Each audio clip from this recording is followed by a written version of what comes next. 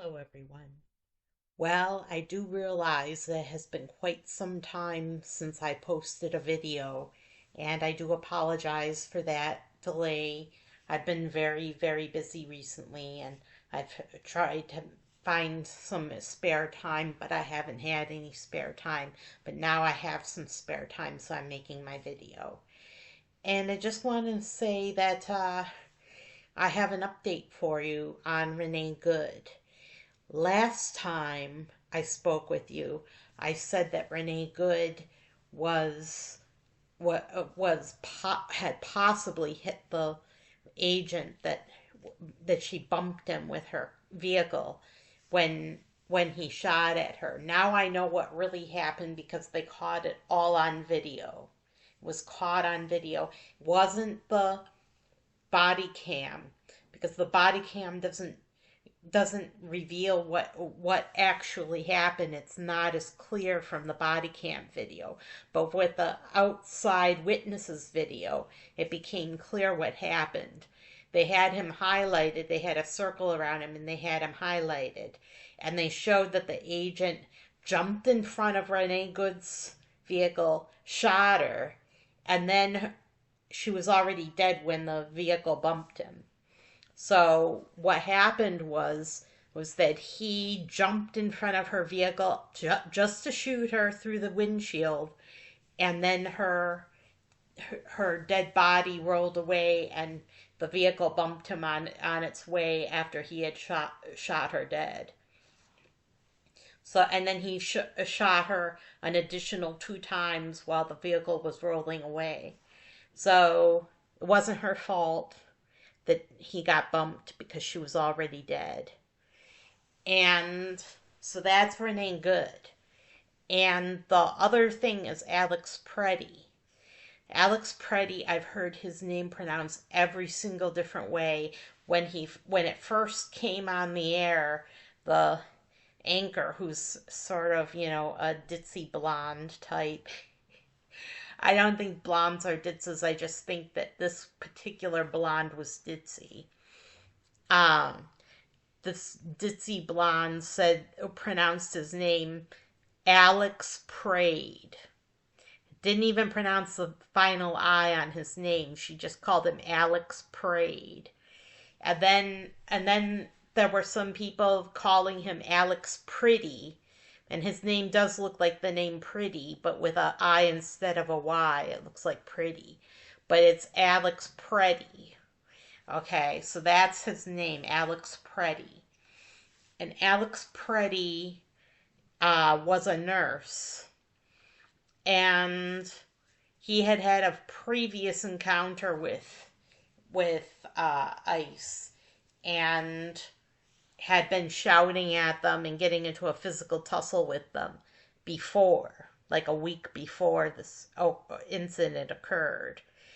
When the incident occurred, he was trying to help a woman to her feet, and about 6 or 8 agents all tackled him at once. And they were trying to drag him to the pavement. They were trying to drag him to the ground. And then after they tried to drag him to the ground, they found a gun on him.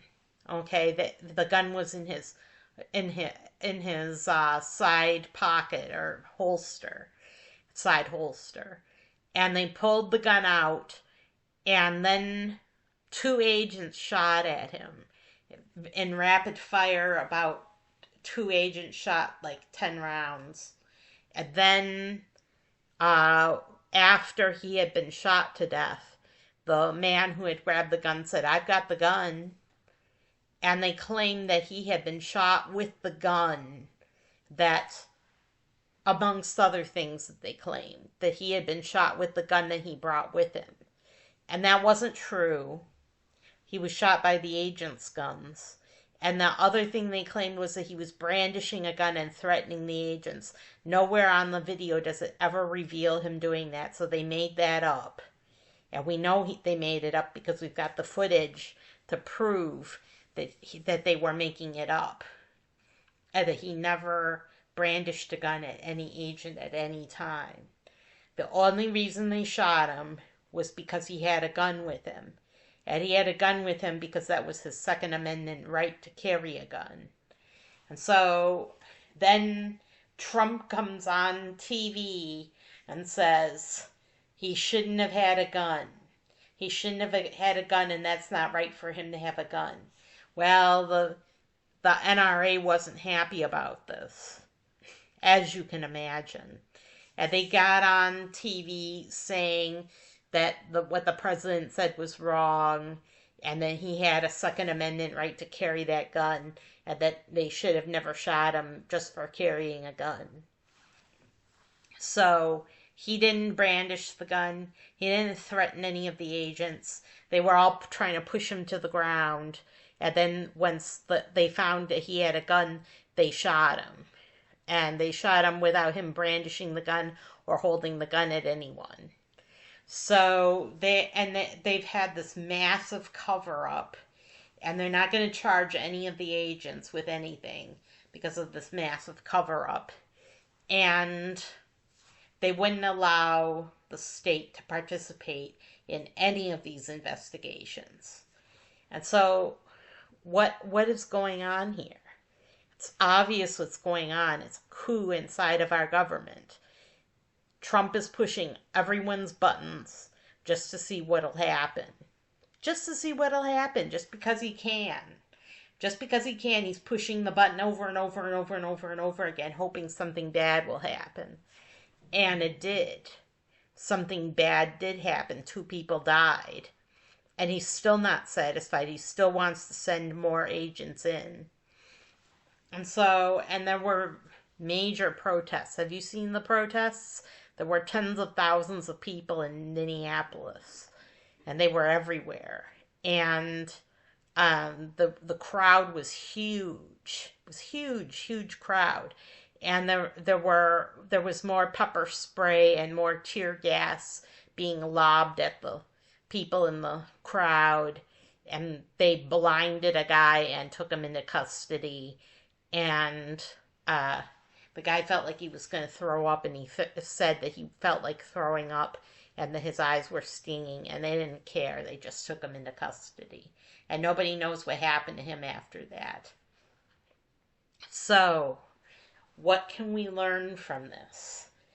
What we can learn from this is that when people vote for the wrong candidate, when people make mistakes like voting for the wrong candidate, everyone has to pay the price.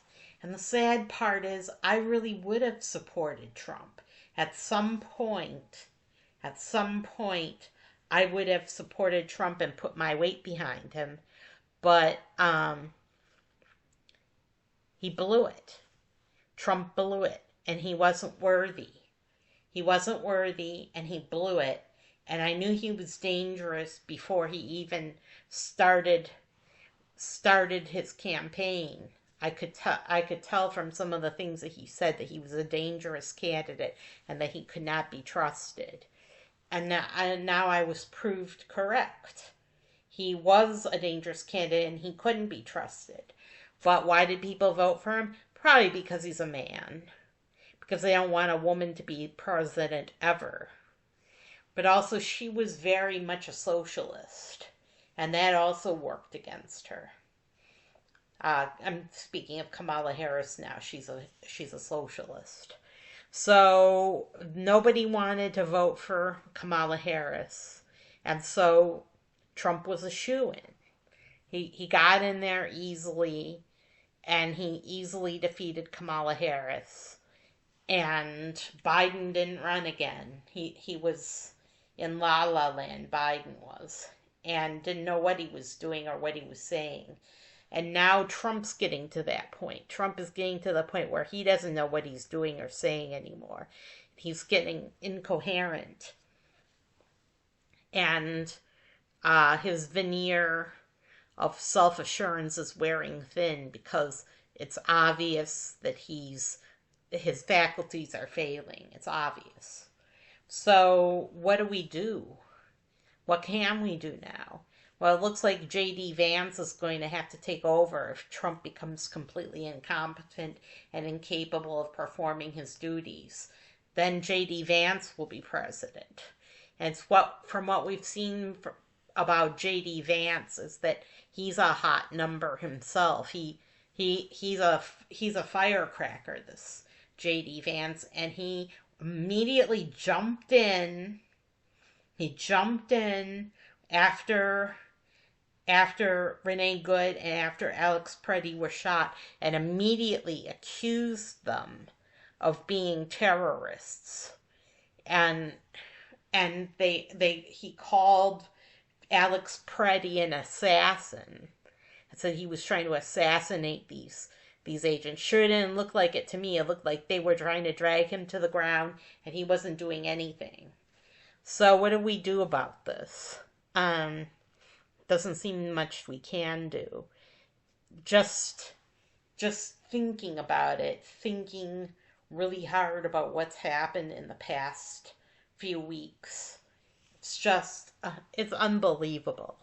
It's unbelievable and it's awful and it's wrong. This makes me sick. And I'm not a socialist, okay? I am not a socialist. I know a lot of socialists are the ones organizing these rallies and these protests. I know the protests are being organized by socialists. That's because they're out there and they care about this sort of thing, and they're the ones who have been organizing it. But I'm not a socialist, and I would have supported Trump if he hadn't blown his cover and mouthed off and threatened us with World War III. If he hadn't threatened us with World War III, I might have supported him. But once he threatened us with World War III, I was through with him. I was done. He was yesterday's news. And he's thrown his weight around quite a bit. He said that he wanted Greenland. He finally gave up on the idea of capturing Greenland militarily. But we don't know if that's a permanent thing or if that's just a temporary decision on his part. He would, for a real while there, he was saying there's no going back. I'm going to get Greenland no matter what, and that sort of talk. And then finally he said that he wouldn't use military force to get Greenland after he had already said all this other garbage about Greenland. So Trump can't be trusted at this point because he had an opportunity and he blew it. So what do we do now? What can we do with Trump in office? What can we do? Because there's not much we can do as long as he's president. The president has been given extraordinary powers by his supporters in Congress and by the Supreme Court. And because of these extreme powers that they've given him, it's very hard to say no to anything that he wants to do or accomplish. We can't say no. And then that means that he's like a dictator, right? He's out of control and nobody can rein him in. He just does whatever he thinks his supporters want him to do or whatever he feels like doing. And so we have to do something, though.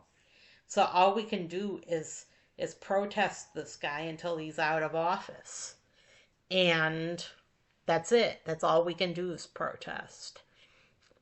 And if that means that we have to join socialists in a big crowd, I guess that's what we have to do, because we can't let these abuses go on unchecked and unwitnessed.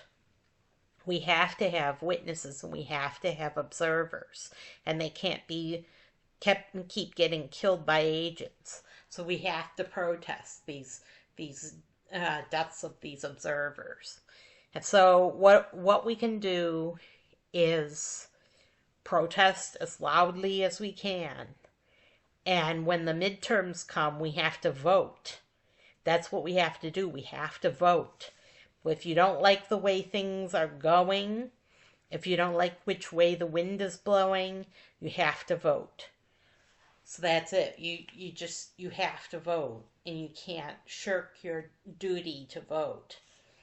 I know some people who don't vote for religious reasons.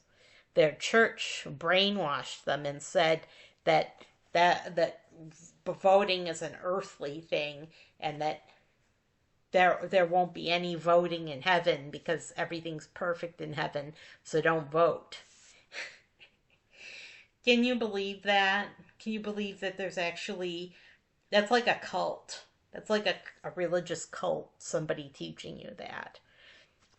And some people believe that way. And that's how we've gotten into the situation we're in now, and that's why people have had to die. And that's why people have had to die, because people did not want to vote, because they thought it was a worldly thing to vote. And now there's worldly consequences. People have died. And it's sad. That's really sad that these agents are so irresponsible and that Trump is so irresponsible.